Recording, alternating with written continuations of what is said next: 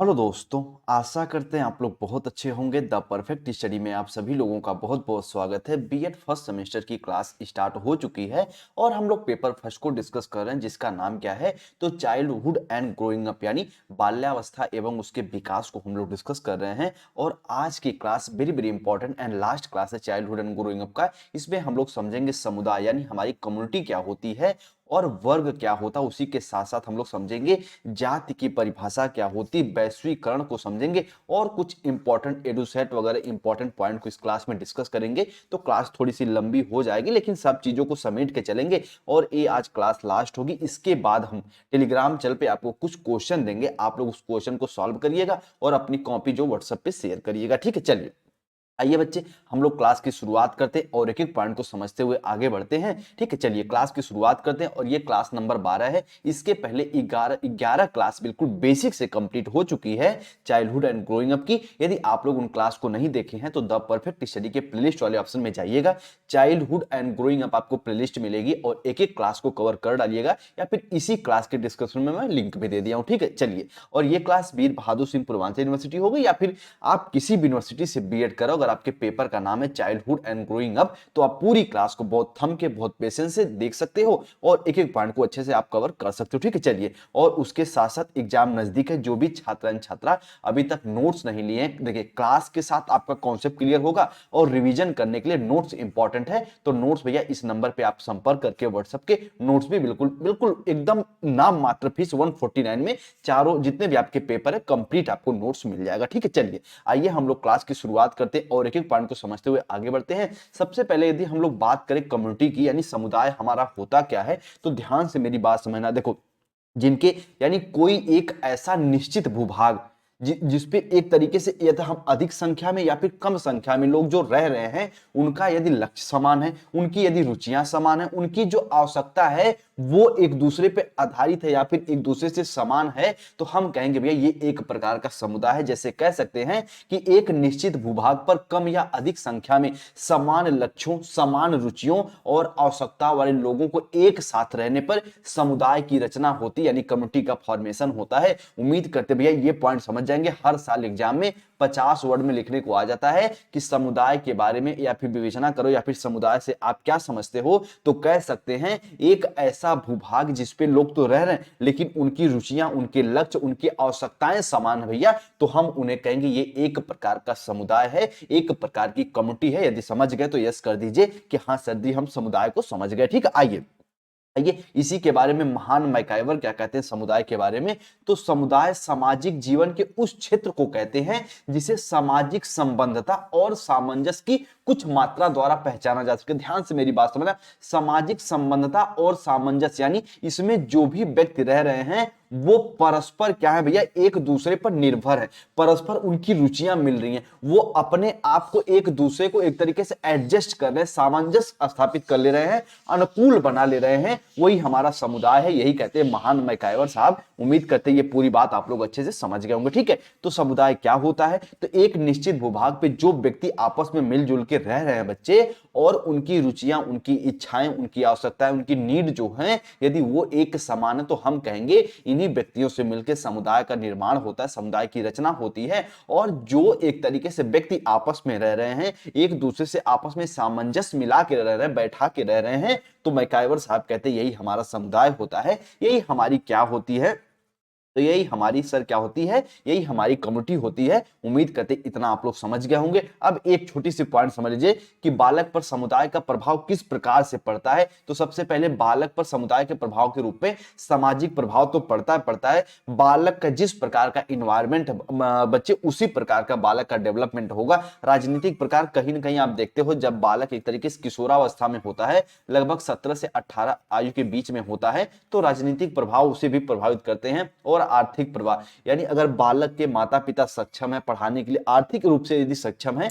तो बालक का विकास भी उसी प्रकार से होगा। और संस्कृत प्रभाव तो है ही है। अभी आप इराक में चले जाइए तो वहां के बालक अलग मिलेंगे, भारत में आ जाइए भैया यहाँ के बालक अलग मिलेंगे, अफगानिस्तान में चले जाइए वहां के बालक अलग, यानी हमारे जो कल्चर वैल्यूज होते हैं वो भी हमें कहीं ना कहीं प्रभावित करते हैं। तो इस पॉइंट को भी अपने दिमाग में बना के रखिएगा। तो अगर आपको यहां पे पूछ दे कि बालक पर समुदाय का किस प्रकार प्रभाव पड़ता है, तो सामाजिक रूप से भी, राजनीतिक रूप से भी और आर्थिक और सांस्कृतिक रूप से, यानी चारों प्रकार से, मुख्य चार प्रकार से भी बालक पे एक तरीके से समुदाय का प्रभाव पड़ता ही पड़ता है। उम्मीद करते पूरी पॉइंट को समझ गए होंगे। अब हम लोग जाति को समझेंगे, उसके पहले एक बार आप यस कर दीजिए कि हाँ सर जी हम कम्युनिटी को समझ गए, समुदाय आखिर होता क्या उसे समझ गए हैं। एक निश्चित भूभाग पे जो व्यक्ति रह रहे हैं भैया, यदि उनके काम, उनकी इच्छाएं, उनके रहने के तौर तरीके यदि मिल रहे हैं तो हम कहेंगे भैया वो एक प्रकार का समुदाय है। या फिर एक ही भूभाग पे अगर रह रहे हैं व्यक्ति, पर वो अलग अलग रुचियों के हैं, अलग अलग एक तरीके से उनकी मान्यताएं हैं, रीति रिवाज हैं,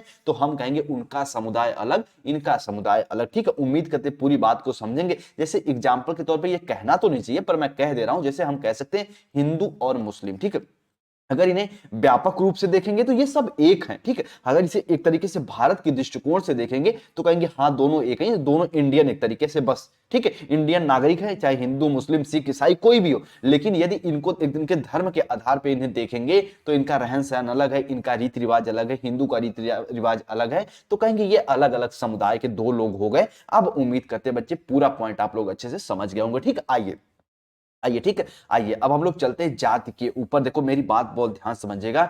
जाति जो होती, कुछ लोग इसे कहते हैं कि ये अनुवांशिक, यानी ये एक तरीके से अनुवांशिकता पे आधारित होती है, हेरिडिटी पे आधारित होती है। और मैं आपको सीटेट में, बीएड में जब भी पढ़ाता तो मैं ये बताता हूं भैया, जो अनुवांशिकता होती है ये हमारे माता पिता ही हमारी निर्धारित करते हैं, यानी जन्म के पहले ही हमारा निर्धारण हो जाता है। तो कुछ बच्चे काउंटर करते हैं हमें बाद में व्हाट्सएप पे कि सर जी ये बताइए, जाति तो बालक पैदा होता उसके बाद में डिसाइड की जाती है, तो ये अनुवांशिक कैसे हुई। मैं बिल्कुल बच्चे आपको समझाने जा रहा हूं और आपका जाति वाला कॉन्सेप्ट बिल्कुल क्लियर हो जाएगा। जैसे देखो, कहते हैं जाति किस पर आधारित होती है, तो कहोगे सर जी हमारे जो कि माता और सर जी हमारे पिता पे, यानी माता पिता हमारे जिस जाति के हैं, जिस कास्ट के हैं, बालक भी उसी कास्ट पे हो जाएगा। तो माता पिता को देखते हुए हमारे जाति का निर्धारण किया जाता है। इसीलिए कह देते हैं कि जाति जो होती वो वंशानुगत होती है, उसमें हेरिडिटी का गुण पाया जाता है बच्चे, बस इसीलिए कहते हैं। लेकिन अगर मुख्य रूप से देखा जाए तो जाति जन्मजात नहीं होती, बल्कि जाति जो होती जन्म के बाद ही तो निर्धारित की जाती है, लेकिन माता पिता के अकॉर्डिंग निर्धारित करने के कारण इसे क्या कह दिया जाता है, ये इसे वंशानुगत कह दिया जाता है। उम्मीद करें पूरा कॉन्सेप्ट समझ गए होंगे क्यों इसे वंशानुगत कहा जाता है। ठीक, आइए जाति के बारे में मैकावर साहब क्या कहते हैं। और एक बात मेरी ध्यान समझना, इसको थोड़ा सा तुलना करके समझिए जाति और वर्ग से। वर्ग जो होता है बच्चे वो चेंज हो सकता है, लेकिन जाति कभी चेंज नहीं हो सकती, यानी जाति अस्थाई है और वर्ग जो है वो अस्थाई है। अभी वर्ग भी मैं आपको समझाऊंगा। ठीक है, आइए आइए मैकावर साहब क्या कहते हैं, जब स्थिति पूर्ण रूप से पूर्व निश्चित हो ताकि मनुष्य बगैर किसी परिवर्तन की आशा के अपना भाग लेकर उत्पन्न होते हैं, तब वर्ग जाति के रूप में ले लेता है। यानी एक तरीके से आप जन्म लिए, मान लीजिए आप एक तरीके से भैया आपके माता पिता यादव हैं, तो आप जन्म लिए, तो आप ऐसा नहीं कि आप किसी और जाति में चले गए, यानी आप हरिजन जाति में चले गए, आप एक तरीके से कुम्हार जाति में चले गए, तरह तरह की जाति में चले गए, या फिर एक तरीके से आप ब्राह्मण जाति में चले गए। नहीं, आप यादव में लिए हैं तो भैया कहीं ना कहीं माता पिता का प्रभाव रहेगा और आप अपने भी एक तरीके से सरनेम में यादव ही लगाएंगे। तो इस प्रकार से एक तरीके से बिना किसी बगैर परिवर्तन के आप भैया जो आपका वर्ग जो क्लास होता है वो एक तरीके से संकुचित होकर रह जाए, तो हम कह देंगे कि भैया ये आपकी जाति है जो बदल नहीं सकती, जो एक तरीके से हम कहते हैं जो परिवर्तन ना हो भैया। तो उम्मीद करते हैं, ठीक है, देखो यहाँ बगैर किसी परिवर्तन की आशा के, यानी जो बदले ना वही हमारी जाति है, यही कहते हैं हमारे मैकावर साहब। और इसी के बारे में एक पॉइंट और समझिए। देखिए जाति जो होती है वो वंशानुगत व्यक्तियों का एक ऐसा समूह है जो परंपरागत, यानी जो शुरू से चल रहे रीति रिवाज और उसी प्रकार से व्यवसाय करते हैं तथा जाति नियमों और निषेधों का पालन करते हैं। यानी जात के नियम आप जानते ही हैं, तो आपको समझाने के लिए बता रहे हैं कि जो अंतर जातीय विवाह है तो अपने जात से लोग बहिष्कार कर देते हैं, या फिर जो दूसरे की जात में विवाह करते हैं, जो भी तरह तरह की चीजें होती हैं, तो ये कुछ जातीय नियम होते हैं, कास्ट के कुछ रूल होते हैं, यदि आप उनको फॉलो कर रहे हो तभी उस जाति में रहोगे। तो इस प्रकार की जाति में कुछ विशेषताएं पाई जाती हैं कि आप उसी जाति में अपना कार्य करें, उसी जाति के अनुसार अपना बिजनेस, अपना धर्म, अपना कल्चर को निभाएं, तो भैया ये आपकी कास्ट, ये आपकी जात हो जाती है। उम्मीद करते इस पॉइंट को जानेंगे। और यही यदि सीटेट की आप तैयारी कर रहे होते तो अगर आप कभी भी आप सीटेट के एग्जाम में क्वेश्चन टिक करिएगा और जाति से संबंधित प्रश्न को हल करिएगा तो जाति को हमेशा निगेटिव दिखाइएगा, क्योंकि बालक को भैया एक तरीके से हम जाति के अनुसार डेवलप नहीं करते बल्कि उसे वर्ग के अनुसार डेवलप करते। इतना इसके बारे में आप सभी बच्चे जानते रहिएगा। आइए अगर हम वर्ग की बात करें, हम क्लास की बात करें, तो एक शब्दों में अगर हम कह दें तो हमारा वर्ग, हमारा क्लास जो है वो क्या होता रहता है, वो परिवर्तित होता रहता है। क्या? वो परिवर्तित होता रहता है। ध्यान से मेरी बात को समझिएगा। जैसे हम कह सकते हैं, इसी के बारे में गिन्सबर्ग साहब क्या कहते हैं, वर्ग व्यक्तियों के एक ऐसे समूह को कहा जा सकता है जो व्यवसाय, धन, शिक्षा, वर्ग, शैली, विचार, भाव, मनोवृत्ति, व्यवहार के आधार पर समान हो। इनमें से कोई एक दो भी अगर आपस में समान है भैया, तो उन्हें हम वर्ग कहेंगे, उन्हें हम क्लास कहेंगे। जैसे कह सकते हैं, मान लीजिए आप जन्मे, आपके माता पिता जो हैं कि वो एक तरीके से किसान हैं, छोटी मोटी एक तरीके से खेती वगैरह कर ले रहे हैं, और आप जन्मे, आप बड़े होकर टीचर बन गए, तो आपका वर्ग चेंज हो गया, आप एक तरीके से आपका क्लास चेंज हो गया, आप टीचर वर्ग में आओगे। आप बड़े होकर डॉक्टर बन गए तो आपका क्लास अलग हो गया, आप बड़े होकर वकील बन गए, आपका क्लास अलग हो गया। कहने का मतलब है, जो भी आपके जीवन शैली भी यदि अलग है तो भी वो एक तरीके से आपका वर्ग, आपका क्लास अलग कर देती है। यानी हम कह सकते हैं कि जो वर्ग होता है वो परिवर्तित होता है, हमारे कर्मों पे आधारित होता है, लेकिन हमारी जाति जो होती है हमारे जन्म पे आधारित होती है। जिस परिवार में हम जन्म ले लिए वही हमारी जाति है, लेकिन वर्ग जो है, हम किसी भी परिवार में जन्म लिए हों, अपनी कड़ी मेहनत करके अपने वर्ग यानी अच्छे से अच्छा वर्गों को भी पा सकते हैं, और यदि बहुत बुरा कर्म करेंगे तो अपराधी वगैरह के वर्ग यानी क्लास में भी जा सकते हैं। तो इस प्रकार से जो वर्ग होता है ये हमारे कर्म पे आधारित होता है। बच्चे उम्मीद करें इस पॉइंट को जानेंगे, और बच्चों को हमेशा जो कि वर्ग यानी क्लास की शिक्षा दी जानी चाहिए, यानी जात की शिक्षा नहीं दी जानी चाहिए, यानी जात को बढ़ावा नहीं दिया जाना चाहिए, बल्कि वर्ग को बढ़ावा दिया जाना चाहिए। और मेरा ओपिनियन पूछा जाए तो मैं भी वर्ग के समर्थित हूं भैया। जो अगर समाज में वर्ग अगर एक तरीके से अपना अस्थायित्व रखता है तो बहुत अच्छी बात है, क्योंकि ये कर्म पे आधारित होता है। आप किसी जाति, किसी धर्म में जन्मे हो, आप अपना अच्छा कर्म करके भैया एक तरीके से अच्छे क्लास को आप पा सकते हो। उम्मीद करते ये वर्ग की पूरी कहानी आप समझे होंगे। और आइए इस परिभाषा से तीन बातें स्पष्ट होती, यानी जो आपके गिन्सबर्ग साहब क्या कहते हैं कि हमारा जो समान व्यवसाय है, समान हमारा एक तरीके से धन भी कह सकते हैं, एक तरीके से कहते हैं ना कि ये देखो भैया दोनों बराबर अमीर हैं, तो इस प्रकार से धन हो गया, शिक्षा हो गया, तो इसके आधार पर वर्ग का एक डिफाइन होता है। और इसी परिभाषा से क्या पता चलती है, वर्ग व्यक्तियों का एक समूह। बात तो सही है। अगर देखिए दो व्यक्ति, मान लीजिए पांच व्यक्ति, पांचों टीचर हैं तो उनका वर्ग अलग, पांच व्यक्ति हैं, पांचों मान लीजिए एक तरीके से अगर डॉक्टर है तो उनका वर्ग अलग, पांच है, पांचों यदि अपराधी हैं तो उनका वर्ग अलग। तो ये वर्ग भी एक प्रकार से जो क्लास होता है वो भी व्यक्तियों का एक ग्रुप, एक समूह ही होता है। और वर्ग निर्माण के अनेक आधार होते हैं, जैसे व्यवसाय हो गया, धन हो गया, व्यवसाय के आधार पे भी मान लीजिए कुछ लोग जो हैं वो कोई दूसरा प्रकार का व्यवसाय कर रहे हैं, कुछ व्यक्ति कोई दूसरे प्रकार का व्यवसाय कर रहे हैं, तो व्यवसाय भी वर्ग का निर्धारण करते हैं। उसके प्रकार धन और शिक्षा भी एक तरीके से कि वर्ग का निर्धारण करते हैं। जैसे हम कह सकते हैं, आप हायर एजुकेशन ले रहे हो, आपका क्लास अलग, कोई एक तरीके से लो एजुकेशन यानी निम्न एजुकेशन ले रहा तो उसका क्लास अलग। तो यानी शिक्षा भी डिसाइड कर देती है आपका वर्ग क्या है। उसके बाद जीवन शैली, मनोवृत्ति भी आपको एक तरीके से ये भी आधारित होती है वर्ग के निर्माण में। ठीक है, आइए अगले पॉइंट को समझिए। इस परिभाषा से वर्ग के लिए चेतना का होना जरूरी है, जिसे चेतना वर्ग भी कहा जाता है। यानी आपके अंदर समझदारी होनी चाहिए, समझदारी से ही आप अपने वर्ग को चेंज करेंगे, अपने वर्ग में एक तरीके से उच्चतम यानी पीक पर आप जा सकते हैं। इसी के बारे में मार्क्स और एंगल्स आप क्या कहते हैं, विभिन्न व्यक्तियों के एक साथ मिलने से वर्ग तभी बनता है जब वो एक वर्ग के रूप में दूसरे वर्ग के विरुद्ध संघर्ष करते हैं, अन्यथा वे परस्पर प्रतियोगी होने के नाते एक दूसरे के विरोधी या फिर दुश्मन ही रहते हैं। कहने का मतलब, आप अपने वर्ग को हमेशा, अपना जो भी आपका समूह है उसे आप दूसरे के समूह से श्रेष्ठ बनाना चाहते हैं, उनके विरुद्ध आप अपनी इच्छाओं को लेकर आगे बढ़ रहे हैं, अपने आप को श्रेष्ठ बना रहे हैं, तो यही वर्ग है, यही क्लास है। इसी उम्मीद करते हैं ये मार्क्स की डिफिनेशन समझे होंगे। इस परिभाषा से स्पष्ट होता है कि जो वर्ग का आधार होता है वो संघर्ष होता है। अभी मैंने ऊपर ही बताया था आपको, जब क्लास में बताया कि वर्ग किस पे आधारित होता है बच्चे, ये हमारे कर्म पे, किससे, ये हमारे कर्मा यानी कर्म पे आधारित होता है। जैसा हम कर्म करेंगे, और जो व्यक्ति कर्म करता है उसको कहीं ना कहीं संघर्ष तो करना ही पड़ता है। तो जो हमारा एक तरीके वर्ग यानी क्लास होता है वो संघर्ष पे आधारित होता है, यानी इसका आधार ही संघर्ष है। उम्मीद करते इसे आप लोग समझेंगे। यानी बिना संघर्ष के वर्ग की कल्पना की ही नहीं जा सकती, और यह संघर्ष आर्थिक हितों के आधार पर होता है। जैसे मैं कह दिया, क्या कहोगे सर, वर्ग की कल्पना नहीं की जा सकती बिना संघर्ष के। जैसे आप मान लीजिए जन्म ले लिए, मान लीजिए किसी दूसरे जाति में जन्म ले लिए भैया, ठीक है, और आप अच्छे से बिना पढ़े लिखे सोचेंगे आप डॉक्टर क्लास में आ गए तो नहीं आ पाएंगे। ठीक है, आप अपना क्लास चेंज करना चाहेंगे तो नहीं कर पाएंगे, बल्कि आप बड़ी मेहनत, बड़े संघर्ष के साथ अच्छी पढ़ाई, एमबीएस एमबीबीएस वगैरह की पढ़ाई करेंगे, तब जाके अच्छे अच्छे खासे डॉक्टर बन जाएंगे। वरना झोला छाप डॉक्टर बन के बैठेंगे वो तो अलग बात है, लेकिन अच्छी खासी पढ़ाई करके भी आप एक तरीके से तभी डॉक्टर कहलाएंगे। यानी संघर्ष तो भैया एक तरीके से जरूरी है। ठीक है, संघर्ष जरूरी है। यदि आप अपने वर्ग की कल्पना कर रहे हो, वर्ग इमेजिन कर रहे हो, या फिर वर्ग में आप अपने पीक पे जाना चाहते हो, तो संघर्ष इंपॉर्टेंट है। ये भी पॉइंट आपके दिमाग में होनी चाहिए। उपयुक्त परिभाषा के आधार पर ऐसा ऐसा कह सकते हैं कि वर्ग व्यक्तियों का एक ऐसा समूह है जो सामाजिक आर्थिक तत्वों पर आधारित है, जिनमें वर्ग चेतना के गुण भी होते हैं।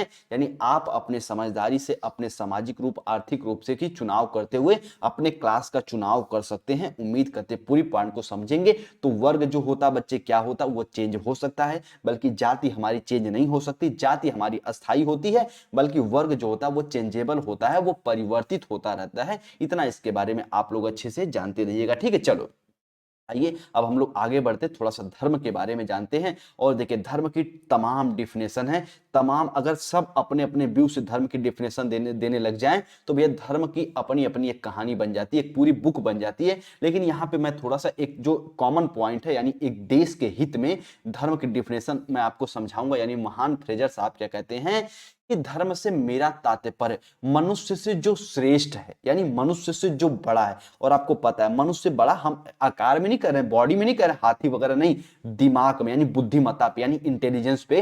तो धर्म से मेरा तात्पर्य मनुष्य जो श्रेष्ठ है, उन शक्तियों की संतुष्टि अथवा आराधना करना, यानी उनकी एक तरीके से स्तुति करना, जिनके बारे में व्यक्ति का विश्वास हो कि वे प्रकृति और मानव को नियंत्रित करती हैं और उनको निर्देश देती, वही हमारा धर्म होता है, वही हमारा रिलीजियन होता है। यानी कह सकते हैं कि आप अपने विश्वास के अनुसार, यानी व्यक्तियों का जिसमें विश्वास हो उसकी आप आराधना करते हो, चाहे वो प्रकृति हो गई, चाहे वो भगवान हो गए, चाहे वो जीसस क्राइस्ट हो गए, चाहे वो एक तरीके से ईसा मसीह हो गए, चाहे हम कह सकते हैं भैया वो एक तरीके से अल्लाह हो गए, पैगंबर जी हो गए। यानी जिनका हम अपने इच्छाओं से, अपने विश्वास से एक तरीके से हम आराधना करते, स्तुति करते हैं। और भैया वो क्या होता है, जो एक तरीके से हमारे मानव जीवन को या फिर हमारे प्रकृति को नियंत्रित करती या फिर निर्देशित करती है, वही हमारा धर्म है, वही हमारा कल्चर है। उम्मीद करते फ्रेजर के डेफिनेशन को समझेंगे। छोटी सी डेफिनेशन जानबूझ के लाए, क्योंकि धर्म की अपने अपने अनुसार हर व्यक्तियों की अपनी अपनी एक तरीके से डेफिनेशन है। तो फ्रेजर की डेफिनेशन अपने दिमाग में आप लोग बना के रखिएगा। ठीक है, आइए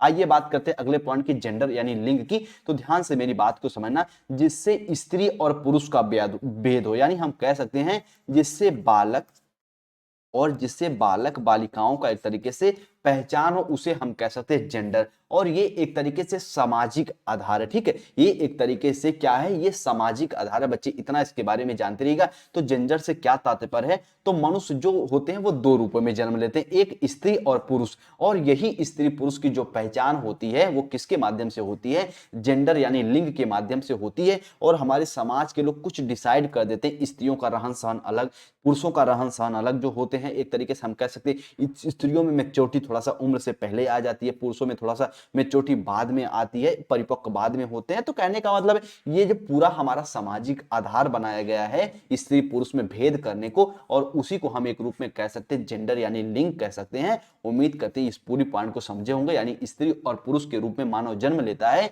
जिसे प्रारंभिक अवस्था में बालक तथा बालिका कहते हैं। और बालक तथा बालिकाओं के शारीरिक संरचना में विभेद नहीं होता, अपितु दोनों की रुचियों, अभिवृद्धियों, क्रियाकलापों में भी भिन्नता पाई जाती। कहने का मतलब ऐसा नहीं कि जो बालिकाएं होती हैं उनका बॉडी स्ट्रक्चर अलग, जो बालक होते हैं उनका बॉडी स्ट्रक्चर अलग, इतना तो होता ही है। साथ में जो लड़कियां होती हैं उनकी रुचियां भी अलग होती, कुछ मायने में उनकी आवृत्तियां, उनकी क्रियाकलाप भी में कुछ ना कुछ भिन्नता पाई जाती है। और ये भिन्नता हमारे समाज के लोग डिसाइड करते हैं। और लिंग के जितने भी ये कारण हैं द्वारा हम कहा जा सकता है या फिर परिभाषित किया जा सकता है कि जिससे किसी स्त्री या पुरुष का बोध हो बच्चे, उसे हम लोग लिंग कहते हैं, उसे क्या कहते हैं, जेंडर कहते हैं। उम्मीद करते हैं पूरी पॉइंट को आप लोग समझेंगे। उसे क्या कहते हैं, जेंडर कहते हैं। जिससे स्त्री और पुरुष का भेद हो उसे हम लोग जेंडर कहते हैं। बस एक पॉइंट में आप लोग इसे समझ लीजिए। ठीक है, आइए आइए अब थोड़ा सा अगले पॉइंट को समझिए, वैश्वीकरण क्या होता है, ग्लोबलाइजेशन क्या होता है। तो इसके बारे में लेसनर साहब क्या कहते हैं, वैश्वीकरण का अर्थ है वैश्विक संबंधों का विस्तार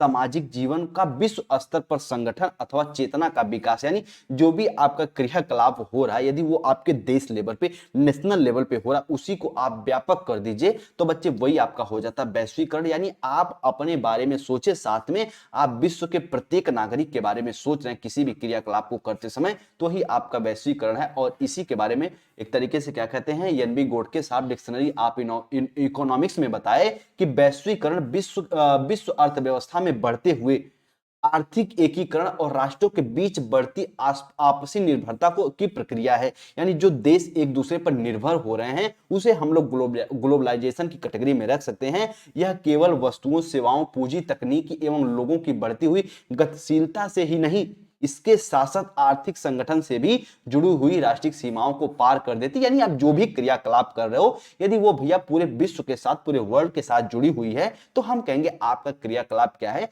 वो वैश्वीकरण। और नेशन के बारे में ऐसा सोचा जाए कि कोई नेशन यानी कोई कंट्री अपने बारे में सोचने के साथ साथ पूरे देश, पूरे विश्व के बारे में सोचे, तो हम कहेंगे उसका क्रियाकलाप जो भी है वो वैश्वीकरण को दर्शा रहा है। ठीक है, आइए एडुसेट के बारे में जान लीजिए। 50 वर्डों में यहाँ से क्वेश्चन आता है, हर साल पूछता है कि एडुसेट से आप क्या समझते हैं। देखो मेरी बात बहुत ध्यान समझना, ये एक प्रकार का शैक्षिक उपग्रह है। ठीक है, एक प्रकार का शैक्षिक उपग्रह, और इसके नाम एक तरीके से कहते हैं ना कि हम कह सकते हैं एजुकेशन सैटेलाइट। देखो ईडीयू यानी एजुकेशन, और एक तरीके सेट को हम कह सकते हैं कि एडुसेट यानी एजुकेशन सैटेलाइट, जो हम कह सकते हैं बच्चे कि शैक्षिक उपग्रह, जो दूर दराज के इलाकों में बैठ के भी आप ऑनलाइन आप पढ़ पा रहे हो, पढ़ा पा रहे हो। ये किसके माध्यम से मुमकिन हो पाया है, तो एडुसेट के माध्यम से ही मुमकिन हो पाया। जैसे कह सकते हैं एडुसेट का मुख्य उद्देश्य क्या है, दूरस्थ क्षेत्रों में रहने वाले बालक बालिकाओं की शिक्षा की व्यवस्था करना एडुसेट का मुख्य एक तरीके से व्यवस्था उद्देश्य, मुख्य एक तरीके से इसका लक्ष्य। ठीक है, जिन्हें औपचारिक शिक्षा की सुविधा नहीं प्राप्त हो पाती है, कि यह उन लोगों को भी एक तरीके से लाभकारी है जो औपचारिक शिक्षा का मतलब है जो स्कूली शिक्षा नहीं ले पाते हैं, वो एडुसेट के माध्यम से आप जिस उम्र में भी चाहें कहीं भी बैठ के ऑनलाइन पढ़ाई वगैरह कर सकते हैं। तो औपचारिक शिक्षा जो बालक बालिकाएं नहीं पा पाए, स्कूल कॉलेज में नहीं जा पाए, बाद में भी वो एडुसेट के माध्यम से यानी शैक्षिक उपग्रह के माध्यम से वो एजुकेशन ले सकते हैं, वो एजुकेशन लेने में समर्थ हो पाएंगे। ठीक है, तो इतना इस पॉइंट को आप लोग अच्छे जानते रहिएगा। और इस प्रकार की सुविधाएं मुख्य रूप से कहाँ देखी जा रही हैं आजकल, जैसे बांग्लादेश हो गया, श्रीलंका, यानी जो एक तरीके से विकासशील के देश में है, विकसित देश नहीं बल्कि विकासशील की प्रगति पे हैं, उस देशों में देखा जा सकता है। जैसे श्रीलंका हो गया, एक तरीके से बांग्लादेश, श्रीलंका, अफगानिस्तान के देशों में हो रहे हैं, और साथ में भैया भारत में भी एक तरीके से एडुसेट का संचालन है। यानी हम कह सकते हैं कि इसे दूरस्थ शिक्षा भी आप कह सकते हो, जो बालक एक तरीके से सेम फिजिकली रूप में अध्यापक और एक तरीके से कि अध्यापक और की स्टूडेंट का यदि बॉन्डिंग नहीं भी है, तब भी वो दूर बैठ के भी कोई एजुकेशन को ग्रहण कर ले रहे हैं, कोई नई चीज को सीख ले रहे हैं, तो वो एडुसेट के माध्यम से ही ये संभव हो पाया है। और एग्जाम में यदि क्वेश्चन पूछ दे कि एडुसेट के लाभ बता दीजिए, तो कम से कम 10-12 पॉइंट में आप लोग लाभ लिखाइएगा, क्योंकि बालक जो होते भी इसमें आसानी से सीख भी सकते हैं, और बालक में समय की कोई पाबंदी नहीं होती। और जो बालक औपचारिक शिक्षा नहीं प्राप्त कर पाते हैं वो भी एडुसेट के माध्यम से औपचारिक शिक्षा ग्रहण कर पाते हैं। तो ये सारी पॉइंट आप लोग इसमें मेंशन कर दीजिएगा। ठीक है, आइए अगले पॉइंट करते हैं, बात करते हैं कि राष्ट्रीय एकता का अर्थ क्या होता है, यानी कह सकते हैं नेशनल इंटीग्रेशन की मीनिंग या फिर उससे तात्पर्य क्या है। तो ध्यान से मेरी बात को समझिएगा। भारत एक विस्तृत जनसंख्या वाला एक विशाल देश है, और यहाँ पर विभिन्न धर्म जाति के लोग प्रेम और सौहार्द की भावना से निवास करते भी हैं। जिनके हृदय में भारतवर्ष के लिए विशेष प्रेम और आदर है, उनके लिए राष्ट्रहित सबसे ऊपर है। यही राष्ट्रीय एकता है। यानी हम कह सकते हैं हमारा जो विभिन्न समुदाय है, विभिन्न हमारा कल्चर है, विभिन्न हमारा रिलीजन, हमारा धर्म है, लेकिन उस धर्म को भी इग्नोर करते हुए जब बात आती है अपने कंट्री की, अपने देश की, अपने प्यारे भारत की, प्यारे इंडिया की, तो सब कुछ छोड़ के सिर्फ देश के हितों के बारे में सोचे। यही राष्ट्रीय एकता है बच्चे, यही एक तरीके से नेशनल इंटीग्रेशन है। उम्मीद करते हैं पूरी पॉइंट को आप लोग समझे होंगे। ठीक है, आइए इसी के बारे में डॉक्टर की जे.एस. बेदी क्या कहते हैं राष्ट्रीय एकता के अर्थ में, कि देश के विभिन्न राज्यों के व्यक्तियों की आर्थिक, सामाजिक और सांस्कृतिक तथा भाषाई विषय विभिन्नताओं को वांछनीय सीमा के अंतर्गत रखना और उनमें भारत की एकता का समावेश करना। यानी कह सकते हैं वांछनीय सीमा यानी अच्छी सीमाओं के अंदर उनके जो भी विविधताएं हैं हर स्टेट की अपनी अपनी उनकी विविधताओं को महत्व दीजिए, उसके साथ साथ उनमें एक तरीके से भारत की एकता के प्रति उनमें समावेशन, उनमें एक तरीके से समाहित कर दो भारत के प्रेम के बारे में। तो ये क्या है भैया, हम कह सकते हैं ये राष्ट्रीय एकता को दर्शा रहा है, ये जे.एस. बेदी साहब कहते हैं। उसके बाद देखो राष्ट्रीय एकता सम्मेलन के अनुसार ये क्या कहते हैं कि राष्ट्रीय एकता एक मनोवैज्ञानिक व शैक्षिक प्रक्रिया, मनोवैज्ञानिक कहने का मतलब है मानसिक रूप से ऐसी ऐसे उनमें एक तरीके से उनका ब्रेन वॉश करिए ताकि वो अपने देश के बारे में सोचे, देश के हितों के बारे में सोचे, अच्छे हितों के बारे में सोचे, ना कि बुरे हितों के बारे में, अच्छे हितों के बारे में सोचे ताकि हमारा देश कैसे बढ़ सकता है, कैसे लोग जो एक तरीके से भूखे हैं मर रहे हैं उनसे कैसे वो बच पाए, कैसे सभी लोग को रोटी मिल पाए, कभी सभी लोगों को रोजगार कैसे मिल पाए। तो मनोवैज्ञानिक और शैक्षिक प्रक्रिया है जिसके द्वारा लोगों के दिलों में एकता, संगठन और सन्निकटता की भावना और सामान्य नागरिकता की भावना और राष्ट्र के प्रति प्रेम की भावना का विकास किया जाए। यही क्या है भैया, यही राष्ट्रीय एकता है। उम्मीद करते हैं पूरी पॉइंट को समझो, यानी देश जो है भैया उसके प्रति सभी व्यक्तियों का एक साथ एक समान नजरिए से प्रेम करना ही क्या है, तो हम कह सकते हैं नेशनल इंटीग्रेशन है, यानी राष्ट्रीय एकता है। इतना इसके बारे में आप सभी लोग जानते हुए आगे बढ़िएगा। ठीक, आइए आइए अगली पॉइंट बात करते हैं अंतरराष्ट्रीयता क्या होती है। तो गोल्ड स्मिथ के अनुसार अंतरराष्ट्रीयता के ये परिभाषित करते हैं कि अंतरराष्ट्रीयता एक भावना है जो व्यक्ति को यह बताती है कि वह अपने राज्य का ही सदस्य नहीं है वरन वह पूरे विश्व का भी एक नागरिक है। भैया यही आपकी अंतरराष्ट्रीयता है, जिसे हम कह सकते हैं कि आप अपने देश तक ही सीमित न रहें या फिर कोई भी कार्य करें अपने देश के बारे में ही न सोचें बल्कि देश के साथ साथ पूरे विश्व को बारे में भी सोचें और ये समझ के सोचें कि मैं भी विश्व का एक नागरिक हूं जैसे मैं देश का नागरिक हूं। तो भैया आपका क्रियाकलाप जो होगा वो अंतरराष्ट्रीयता के अंतर्गत आएगा। यानी इसका अर्थ है कि राष्ट्र के ऊपर एक विश्व राष्ट्र, यानी कह सकते हैं जैसे हम कह सकते हैं हमारा घर है, पूरा हमारा एक गांव है, जो हमारा घर है इसे हम कह सकते हैं ये हमारा राष्ट्र है। ठीक है, जो हमारा घर है ये हमारा राष्ट्र है, बल्कि जो हमारा पूरा गांव है इसे हम अंतरराष्ट्रीयता या फिर इसे हम लोग वर्ल्ड या फिर विश्व की एक तरीके से श्रेणी में रख सकते हैं। यानी जो इसके ऊपर भी एक विश्व राष्ट्र है, यानी राष्ट्रों के ऊपर भी एक विश्व राष्ट्र है और सभी व्यक्ति अपने अपने राष्ट्रों के साथ साथ इस विश्व राष्ट्र के भी नागरिक हैं, तब राष्ट्र और नागरिकता दोनों की परिभाषा एक तरीके से बदलती होंगी। कह सकते हैं आप अपने देश के साथ साथ पूरे विश्व के बारे में भी सोचे तो वो अंतरराष्ट्रीयता की कैटेगरी में आएगा। उम्मीद करते हैं इस पूरी भावना को आप लोग समझेंगे और पूरे विश्व के सभी व्यक्तियों का उत्थान हो पाए, इस प्रकार की भावना आपके अंदर होनी चाहिए। तो भैया ये अंतरराष्ट्रीयता के अंतर्गत आएगा। उम्मीद करते हैं इस पॉइंट को समझेंगे। आधुनिकरण को थोड़ा समझ लीजिए, यानी कि मॉडर्नाइजेशन क्या होता है। तो देखो मॉडर्नाइजेशन शब्द की एक तरीके से किसी पद या फिर स्थिति या फिर स्थिर घटना अभिव्यक्ति को व्यक्त नहीं करता वरन ये एक प्रकार की प्रक्रिया है।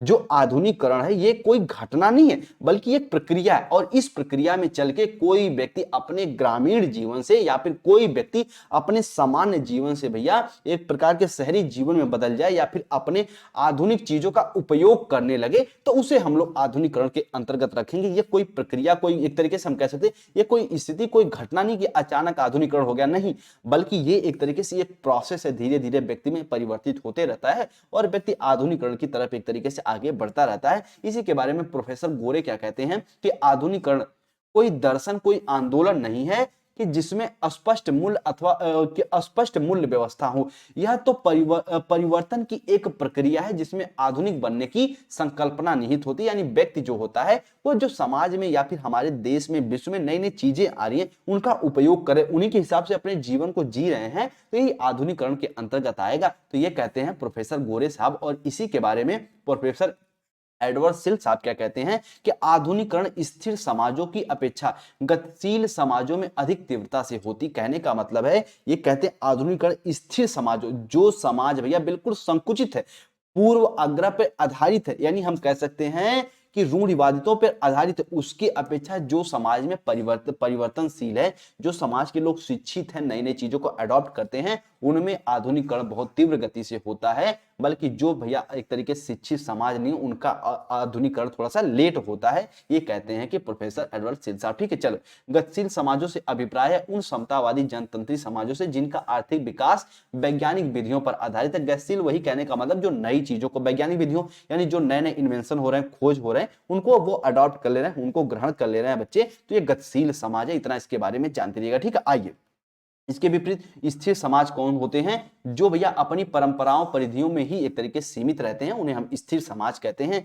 इस प्रकार आधुनिकीकरण के बारे में हम लोग कुछ बातें करेंगे। जैसे सबसे पहले कह सकते हैं कि यह एक प्रक्रिया जिसके द्वारा हमें सामाजिक परिवर्तन की गति का बोध होता है। यानी यानी आधुनिकीकरण से समाज परिवर्तित होता, समाज के रीति रिवाज परिवर्तित होते रहते हैं और यह प्रक्रिया प्रौद्योगिकी के आधार पर आगे बढ़ती। यानी जो हम तरह तरह के टेक्नोलॉजी वगैरह का प्रयोग करते हैं, एक तरीके से तकनीक का भी प्रयोग करते हैं, उस पर यह आधारित होती है आपकी आधुनिकीकरण। यह ऐसी प्रक्रिया नहीं है कि जिसे समाज पर लादा या फिर थोपा जाए। ये फिर समाज के हर व्यक्ति अपने अनुसार आधुनिकीकरण की प्रक्रिया में शामिल हो भी सकते और नहीं भी हो सकते। तो ये आधुनिकीकरण के बारे में इतना इंफॉर्मेशन रहा। उम्मीद करते हैं पूरी पॉइंट समझे होंगे। अब थोड़ा सा हम लोग नगरीकरण के बारे में जान लेते हैं। तो नगरीकरण एक सामाजिक प्रक्रिया यह भी है जिसका प्रयोग एक विशिष्ट जीवन ढंग को पहचानने के लिए किया जाता है। कहने का मतलब आपका जीवन ही बताएगा कि आप नगरीकरण हुआ है या फिर नहीं हुआ है। और इसी के बारे में बर्गल क्या कहते हैं? जिस प्रक्रिया द्वारा ग्रामीण क्षेत्र नगरीय क्षेत्र में परिवर्तित होते हैं उन्हें नगरीकरण कहते हैं। ये पॉइंट आप लोग जानते रहिए। यानी आप अपने जीवन को भैया बिल्कुल ग्रामीण क्षेत्र के हिसाब से जी रहे हैं, धीरे धीरे उनमें परिवर्तित होते गया और नगरीय क्षेत्र के अंतर आप आ गए तो आपको क्या बोला जाएगा भैया कि आप नगरीकरण हो रहा, उस समाज, उस एक तरीके से सोसाइटी का नगरीकरण हो गया है। इतना बर्गल के डेफिनेशन को जानते रहिएगा। नगरीकरण व्यक्ति की विचारधारा, आपसी बर्ताव, कार्य करने की मनोवृत्ति को परिवर्तित करने की प्रक्रिया जिसके परिणाम स्वरूप विशेषीकरण और श्रम विभाजन की गति में भी तीव्रता आती है। यानी एक तरीके से आपकी रुचियों के भी, आपके आपसी बर्ताव पे भी, आपके विचारधारा किस प्रकार के हैं उसी प्रकार का आपका नगरीकरण भी होगा। यदि आपका विचारधारा संकुचित है तो आप एक तरीके से नगरीकरण की संभावना कम हो जाती है। यदि आपकी विचारधारा व्यापक है, सभी को लेकर चलने की है, कोई नई चीज है उसको एक तरीके से अडॉप्ट करने की जरूरत है, जो हमारी रीति रिवाज गलत है उनको छोड़ रहे हैं, तो ये सब की प्रक्रिया जो कि नगरीकरण में शामिल हो जाती है। उम्मीद करते इस पॉइंट को समझेंगे। और एक अर्थों में ये समझ लीजिए कि हम कह सकते हैं कि नगरीकरण व्यक्ति के व्यवहार एवं दृष्टिकोण तथा सामाजिक मान्यताओं में मौलिक परिवर्तन लाने वाली प्रक्रिया। कहने का मतलब है आप किसी एक तरीके से बुरी रीति रिवाज को या फिर गंदी या फिर जो एक तरीके से स्त्रियों में हीन भावना डेवलप करे या फिर स्त्रियों के लिए वो एक तरीके से सही ना हो, उन रीति रिवाजों को आप छोड़ रहे हो, आपकी जो एक तरीके से गलत मान्यताएं उसको त्याग रहे हो, तब भी माना जाएगा कि यहाँ पे समाज, सोसाइटी का नगरीकरण हो गया है और आप अपने आधुनिक रूप से अपने जीवन को व्यतीत कर रहे हो, तो भी माना जाएगा कि भैया आपका नगरीकरण हुआ। इस पॉइंट को जानते रहिएगा। नगरीकरण का अर्थ ही होता है जीवन के विभिन्न पहलुओं में अंतर लाना। ये होता है नगरीकरण का मुख्य अर्थ। ठीक है, आइए अब थोड़ा सा वाद विवाद के बारे में हम लोग समझ लेते हैं। बाकी जब आप सेकंड सेमेस्टर में जाएंगे तब भी आपको ये पॉइंट पढ़नी रहेगी टीचिंग मेथड में, लेकिन यहाँ पे समझिए वाद विवाद का अर्थ।